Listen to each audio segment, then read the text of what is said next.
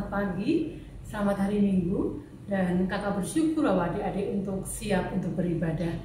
Jumpa lagi dengan Kak Suci di sini hari ini. Kita akan bersama-sama beribadah di tanggal 7 bulan kedua, minggu pertama bulan kedua di tahun ini. Kita bersyukur bahwa Tuhan sudah membawa kita melewati tahun 2020 dan Tuhan terus menolong kita dalam segala keadaan yang mungkin buat adik-adik masih seperti menjemukan. Bahkan orang dewasa pun juga bertanya-tanya, Tuhan kapan semua ini berakhir? Tapi satu hal yang kita percaya, Dia adalah Allah yang Maha Kuasa, Allah yang memegang kendali dalam segala cuaca hidup kita. Kita akan memulai ibadah. Kakak akan bacakan satu perikop Alkitab yang akan mendasari memulai untuk ibadah kita dari Mazmur 100. Bersorak-soraklah bagi Tuhan, hai seluruh bumi. Beribadahlah kepada Tuhan dengan sukacita. Datanglah ke hadapannya dengan sorak-sorai. Ketahuilah bahwa Tuhanlah Allah. Dialah yang menjadikan kita dan punya dialah kita, umatnya dan kawanan domba gembalaannya. Masuklah melalui pintu gerbangnya dengan nyanyian syukur, ke dalam pelatarannya dengan puji-pujian. Bersyukurlah kepadanya dan pujilah namanya, sebab Tuhan itu baik, kasih setianya untuk selama-lamanya, dan kesetiaannya tetap turun-temurun. Kita akan buka dengan sebuah lagu, semua yang tercipta, hai alam semesta. Biarlah engkau memuji Tuhan, karena Dia adalah Allah yang layak untuk dipuji. Semua yang tercipta.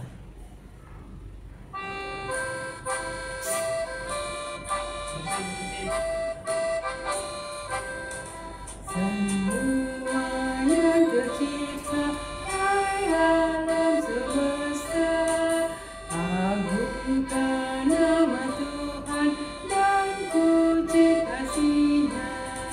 Matahari, bulan, bintang, burung-burung, ikan-ikan, seluruh warga satwa di gunung dan lembah. Jadi mari kita berdoa sebelum kita melanjutkan ibadah kita. Bapa yang baik, kami sungguh bersyukur untuk setiap hari baru yang Tuhan sediakan bagi kami. Hari baru Tuhan, Kau melimpahkan berkat, Kau melimpahkan segala sukacita dan kasih setia kepada kami.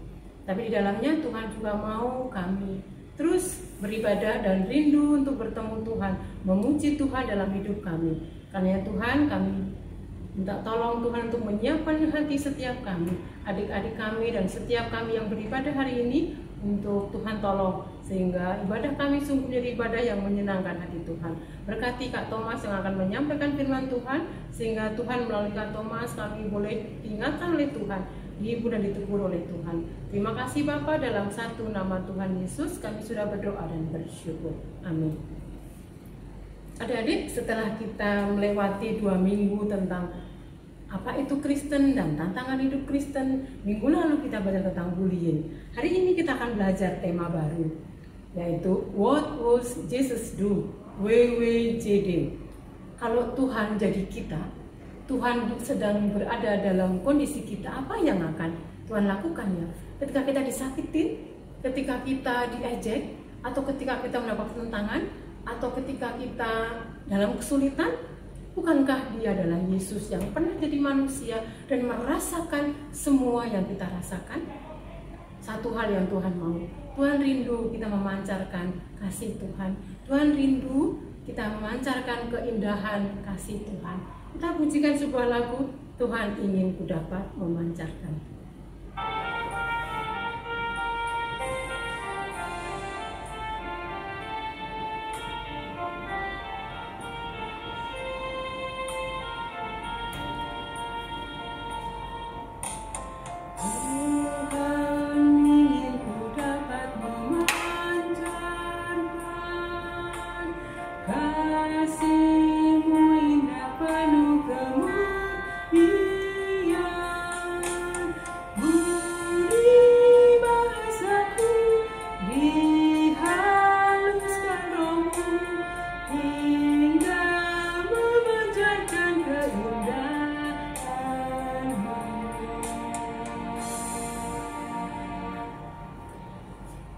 hingga memancarkan keindahan-Mu.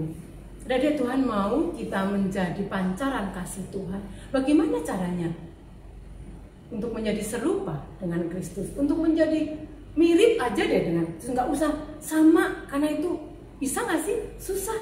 Tapi Tuhan mau kita punya hati yang rela dibentuk, sehingga kita bisa belajar dari Kristus yang sungguh menjadi teladan untuk hidup kita, teladan kasih, teladan kesetiaan, teladan kerendah hatian, teladan kelemah lembutan.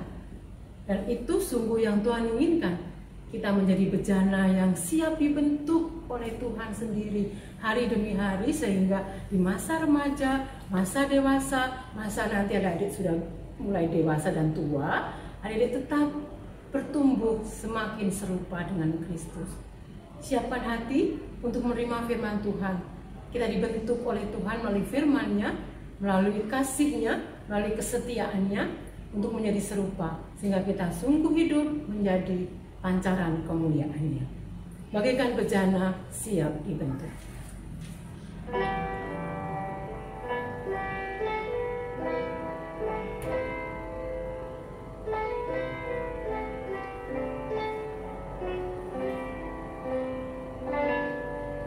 Bagaikan bejana siap dibentuk, demikian hidupku di tangan, dengan urapan kuasa Roh-Mu, ku dibaharui selalu. Jadikanku Allah dalam rumah-Mu, inilah hidupku di tangan, bentuklah seluruh kehendak-Mu, pakailah sesuai rencana-Mu. Ku mau seperti-Mu, Yesus, disempurnakan selalu dalam segenap jalan-Mu, memuliakan nama-Mu. Ku mau seperti-Mu, Yesus, disempurnakan selalu dalam segenap jalanku, memuliakan nama-Mu.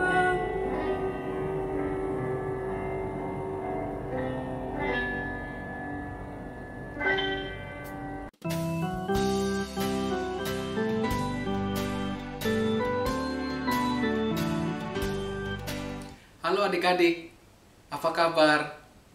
Semoga kita semua sehat dalam lindungan Tuhan Yesus Kristus. Selamat hari Minggu. Sekarang ini tiba saatnya kita untuk mendengarkan firman Tuhan. Tapi sebelumnya kita berdoa dulu. Mari kita berdoa. Bapa di dalam surga, Allah yang hidup, kami sungguh bersyukur kami boleh diberikan kesempatan sekali lagi untuk mendengarkan firman-Mu. Kiranya Tuhan menolong kami, Roh Kudus mencerahkan akal budi kami, sehingga kami dimampukan untuk mengerti kebenaran firman Tuhan, dan terlebih melakukannya dalam hidup kami sehari-hari. Tolong kami ya Tuhan, dan juga tolong Kak Thomas dalam segala keterbatasannya, kiranya ia boleh memberitakan firman Tuhan seturut dengan firman Tuhan sendiri. Terima kasih Bapa. Kami menyerahkan pemberitaan firman Tuhan ini ke dalam tangan pimpinan Tuhan. Dalam nama Tuhan kami Yesus Kristus Allah yang hidup, kami telah berdoa dan bersyukur. Amin.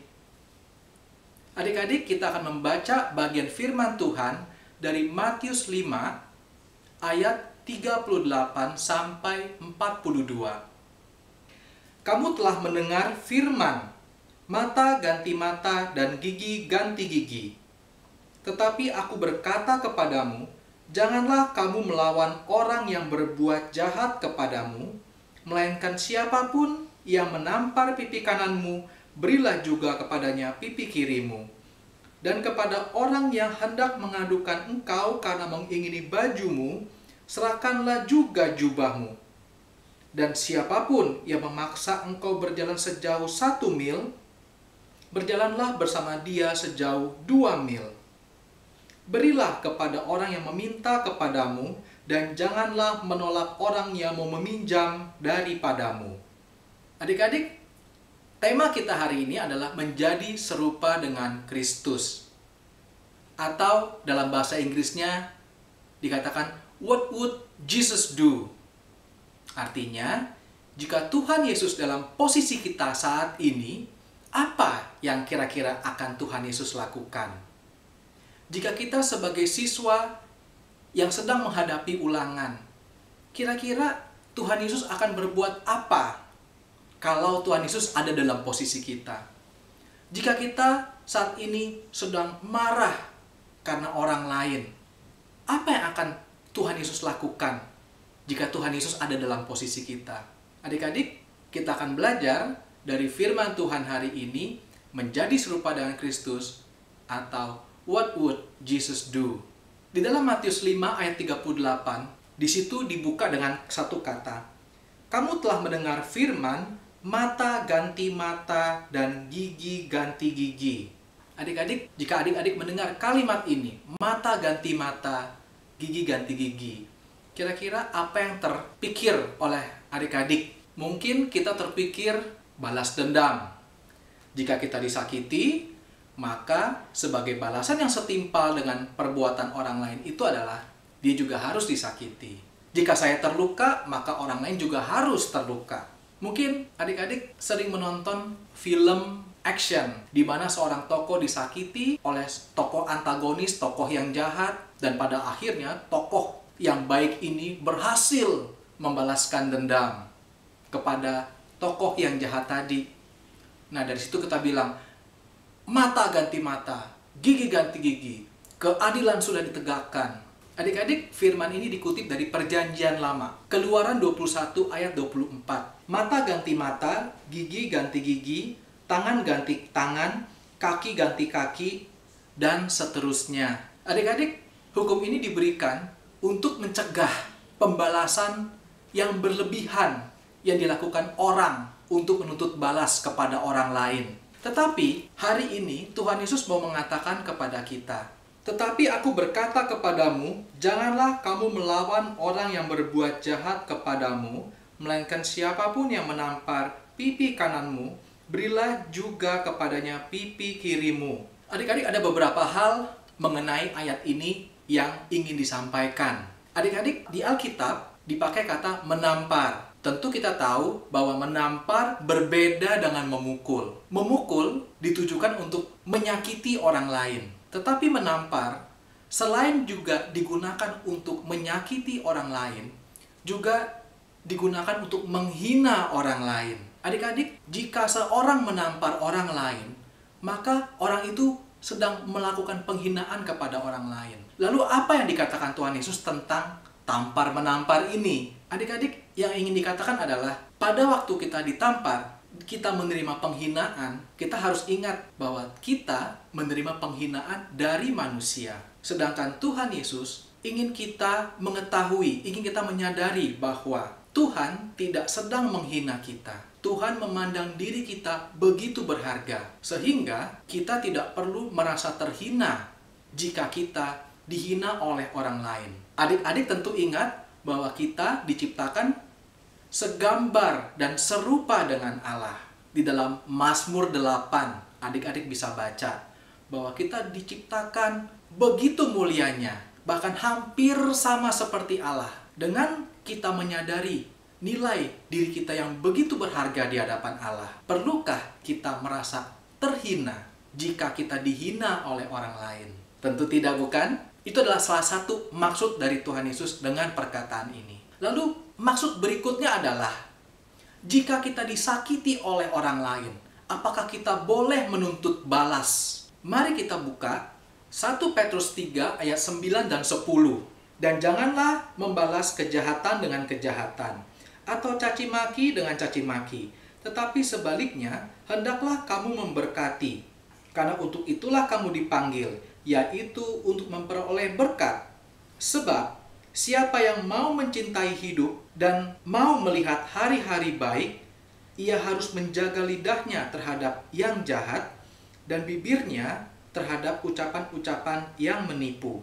Adik-adik, jika kita membalas kejahatan dengan kejahatan, atau membalas caci maki dengan caci maki, atau membalas perkataan kotor dengan perkataan kotor lainnya, maka menurut 1 Petrus 3 ayat 9 dan 10 tadi, kita sudah melakukan apa yang tidak sesuai dengan panggilan kita. Panggilan kita adalah untuk memberkati dan memperoleh berkat. Jadi hendaknya kita tidak membalas kejahatan orang lain yang dilakukan terhadap kita dengan kejahatan berikutnya, karena kita menjadi sama dengan mereka dan kita melanggar panggilan kita sebagai anak-anak Tuhan. Tapi kata Thomas, bukankah keadilan harus ditegakkan? Bukankah yang salah harus dihukum? Bukankah yang jahat harus menerima setimpal dengan perbuatannya?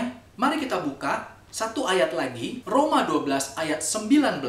Saudara-saudaraku yang kekasih, janganlah kamu sendiri menuntut pembalasan, tetapi berilah tempat kepada murka Allah, sebab ada tertulis, pembalasan itu adalah hakku. Akulah yang akan menuntut pembalasan, firman Tuhan. Adik-adik, pembalasan hanya boleh dilakukan oleh otoritas yang lebih tinggi daripada kita. Yaitu oleh siapa? Oleh Tuhan sendiri. Sedangkan panggilan kita sebagai anak-anak Tuhan adalah untuk memberkati dan memperoleh berkat. Dari satu ayat, jika kamu ditampar pipi kananmu, berikan juga kepadanya pipi kirimu. Kita bisa mendapatkan beberapa hal. Yang pertama tadi mengenai masalah penghinaan. Jika kita dihina, maka sesungguhnya Tuhan memandang kita berharga. Jika kepada kita dilakukan kejahatan, maka kita tidak perlu membalasnya dengan kejahatan berikutnya. Karena panggilan kita adalah untuk memperoleh berkat sebagai anak-anak Allah. Dan berikanlah hak kepada Allah untuk melakukan pembalasan, karena pembalasan adalah haknya Tuhan, bukan haknya kita. Adik-adik, ayat berikutnya yang akan kita bahas adalah, dan kepada orang yang hendak mengadukan engkau karena mengingini bajumu, serahkanlah juga jubahmu. Ayat ini berkata tentang hak milik. Jika orang mengingini baju kita, serahkanlah juga jubah kita. Apa yang mau dikatakan di dalam ayat ini? Ayat ini mengatakan bahwa kita harus sadar bahwa semua yang kita miliki berasal dari Tuhan. Seperti Ayub yang pernah mengatakan, Tuhan yang memberi, Tuhan yang mengambil, terpujilah nama Tuhan. Jika kita dipercayakan oleh Tuhan harta, benda, dan lain sebagainya, maka pergunakanlah itu dengan sebaik-baiknya. Tetapi jika saatnya Tuhan mengizinkan itu diambil dari kita, maka hati kita tidak boleh melekat kepadanya. Tetapi kita harus seperti Ayub yang mengatakan, Tuhanlah yang memberi, Tuhanlah yang mengambil, terpujilah nama Tuhan. Ayat berikutnya, dan siapapun yang memaksa engkau berjalan sejauh 1 mil, berjalanlah bersama dia sejauh 2 mil. Adik-adik, apa maksud dari ayat ini? Ayat ini mengatakan bahwa kita harus melakukan lebih daripada apa yang dimintakan kepada kita. Kita perhatikan, kita dipaksa berjalan sejauh 1 mil, tetapi kita berjalan bersama dia sejauh 2 mil. Adik-adik, di dalam dunia di sekitar kita, ada satu istilah yang sangat terkenal. Go an extra mile. Perkataan ini sangat populer. Seperti contoh, jika seorang karyawan diberikan suatu tugas oleh bosnya, dan jika karyawan itu melakukan lebih daripada apa yang diminta, melebihi harapan bosnya tersebut, maka bosnya akan melihat bahwa hasil karya karyawan itu sangat baik. Dan karyawan tersebut disebut telah melakukan extra mile. Seorang murid diminta oleh gurunya untuk bernyanyi dan direkam ke dalam video. Tentu ini umum ya dalam PJJ sekarang ini. Tetapi si murid bukan hanya bernyanyi lagu itu lalu divideokan, tetapi si murid ini bernyanyi dengan suara yang bagus, mempersiapkan dengan baik, dan videonya diedit sedemikian rupa sehingga memunculkan video yang sangat baik. Nah, gurunya akan mengatakan bahwa murid ini telah go an extra mile. Contoh berikutnya adalah seorang guru. Tugasnya mengajar di dalam jam pelajaran. Tetapi dia melihat ada muridnya yang masih belum mengerti tentang materi yang diajarkan. Maka gurunya menyediakan waktunya dan tenaganya di luar jam pelajaran khusus untuk membimbing anak-anak muridnya yang masih belum mengerti. Guru tersebut dikatakan telah melakukan extra mile. Adik-adik, yang dibicarakan ayat ini adalah bukan hanya melakukan lebih daripada yang diharapkan, tetapi melakukannya dengan kerelaan, sungguh-sungguh, dan sukacita. Ayat berikutnya, berilah kepada orang yang meminta kepadamu, dan janganlah menolak orang yang mau meminjam daripadamu. Adik-adik, ayat ini berbicara tentang kemurahan hati. Jika kita melihat orang lain mengalami kesulitan, maka dengan pertolongan Tuhan, kita sebagai anak-anak Tuhan rela untuk berbagi hidup kepada mereka. Membantu mereka, menolong mereka, mengorbankan sedikit dari uang kita untuk mereka, waktu kita, bahkan tenaga kita untuk membantu orang lain. Adik-adik, Kak Thomas ingin memberikan satu contoh yang nyata tentang seseorang yang kepadanya dilakukan kejahatan, dan pada satu ketika dia ada dalam posisi yang sebenarnya dia bisa menuntut balas atas kejahatan yang dia telah terima. Kalau di Perjanjian Lama, kita mengenal siapa? Adik-adik? Yusuf. Tetapi di zaman modern ini, Kak Thomas ingin memberikan satu contoh, yaitu seorang yang bernama Nelson Mandela. Nelson Mandela ini hidup antara 18 Juli 1918 dan meninggal 5 Desember 2013. Dia hidup di Afrika Selatan yang pada saat itu menganut satu politik ideologi namanya apartheid. Apartheid itu adalah diskriminasi terhadap satu suku tertentu, yaitu suku kulit hitam, yang dilakukan oleh suku kulit putih. White people supremacy. Nelson Mandela ini memperjuangkan anti diskriminasi terhadap orang-orang kulit hitam, sehingga dia dipenjara selama 27 tahun. Satu masa yang panjang. Dan di dalam penjara itu dia mengalami penghinaan, dia mengalami hal-hal yang tidak mengenakan. Dan pada tahun 1990 dia dibebaskan. Apa yang dilakukan setelah dia dibebaskan? Dia ikut satu pemilihan presiden di Afrika Selatan dan terpilih menjadi presiden di tahun 1994 sampai dengan 1999. Pertanyaannya, apa yang dia lakukan pada saat dia menjadi presiden? Kesempatan untuk menuntut balas itu terbuka lebar. Dan dia punya kuasa dan dia punya alasan untuk melakukan itu. Tetapi apa yang dia lakukan sungguh di luar dugaan.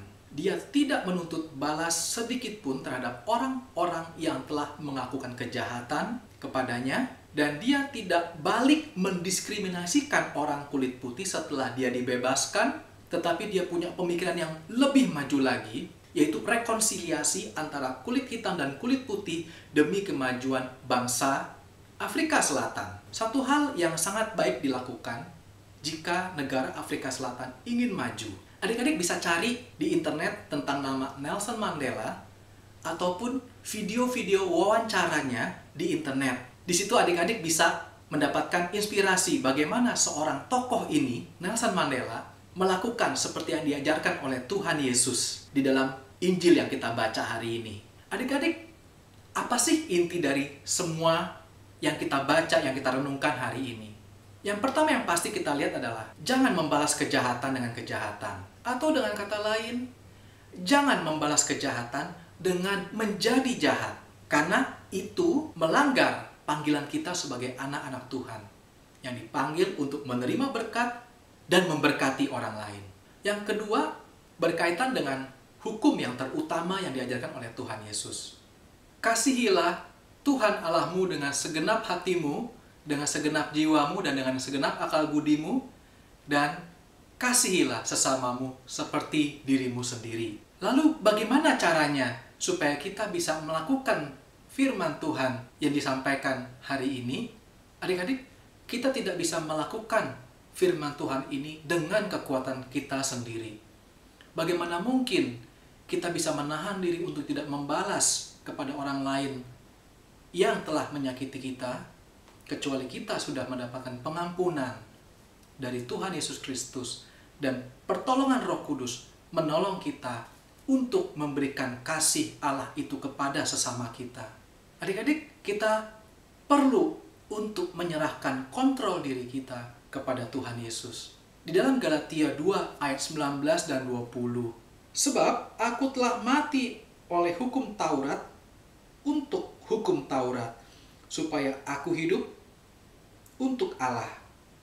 Aku telah disalibkan dengan Kristus, namun aku hidup, tetapi bukan lagi aku sendiri yang hidup, melainkan Kristus yang hidup di dalam aku. Dan hidupku yang kuhidupi sekarang di dalam daging adalah hidup oleh iman dalam Anak Allah yang telah mengasihi aku dan menyerahkan dirinya untuk aku. Adik-adik, demikian besar Allah mengasihi kita.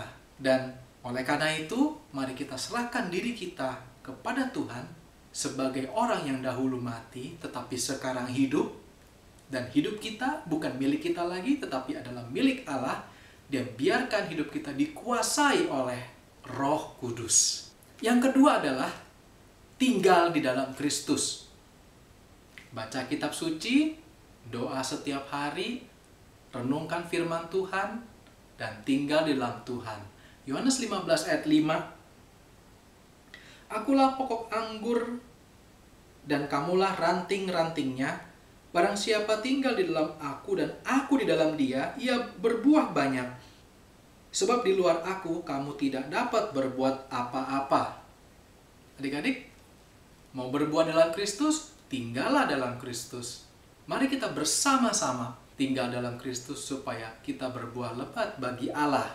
Adik-adik, apa sih yang kita dapat jika kita melakukan firman Tuhan ini? Pertama, hidup kita dikuasai sukacita dan damai sejahtera, bukan dendam. Tentu adik-adik merasa sukacita dan damai jika hidup kita tidak dikuasai lagi oleh dendam, tetapi dikuasai oleh Roh Allah. Pengampunan itu akan keluar dengan limpahnya. Kasih Tuhan itu akan kita rasakan dan dirasakan oleh orang lain di sekitar kita. Kedua, hidup kita menjadi kesaksian bagi orang lain dan memuliakan Bapa yang di sorga. Mau adik-adik hidup kita menjadi kesaksian bagi orang lain? Dan demikian, maka kelakuan kita, perbuatan kita bisa jadi sarana untuk memberitakan Injil kepada orang-orang yang belum mengenal Tuhan Yesus Kristus. Adik-adik, ayat hafalan kita pada hari ini terambil dari Galatia 2 ayat 20. Ayatnya panjang, tapi Kak Thomas berusaha untuk mempermudah kita untuk menghafalkan ayat yang panjang ini. Ayat ini kita bagi jadi dua bagian. Kita bisa lihat di dalam slide. Lalu di sini ada kata yang berulang, yaitu hidup. Mari kita membaca ayat ini bersama-sama. Galatia 2 ayat 20. Namun aku hidup, tetapi bukan lagi aku sendiri yang hidup, melainkan Kristus yang hidup di dalam aku. Itu bagian pertama. Bagian yang kedua.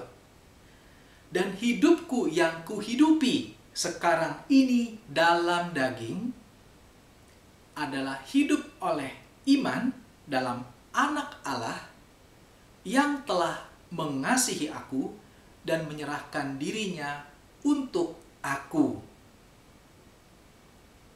Kita ulangi ya, Galatia 2 ayat 20. Namun aku hidup, tetapi bukan lagi aku sendiri yang hidup, melainkan Kristus yang hidup di dalam aku.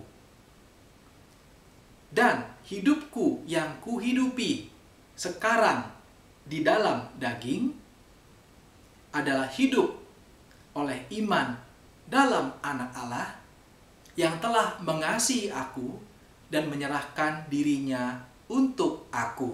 Adik-adik, mari kita melakukan firman Tuhan. Amin. Adik-adik, dengan mengucap syukur kepada Tuhan, kita akan memberikan persembahan. Adik-adik bisa minta tolong Papa Mama untuk mentransfer ke nomor rekening gereja yang tertera di bawah ini. Adik-adik, mari kita berdoa. Tuhan, terima kasih untuk firman-Mu hari ini. Kami berdoa, meminta pertolongan Roh Kudus untuk melakukan firman-Mu dalam hidup kami. Sehingga kehidupan kami adalah kehidupan yang mencintai Tuhan, dan kehidupan yang memuliakan nama Tuhan, menjadi kesaksian bagi orang lain, dan hidup kami dipenuhi oleh cinta kasih, dan juga damai sejahtera dari Tuhan saja. Mampukan kami untuk melakukan firman-Mu dalam hidup kami.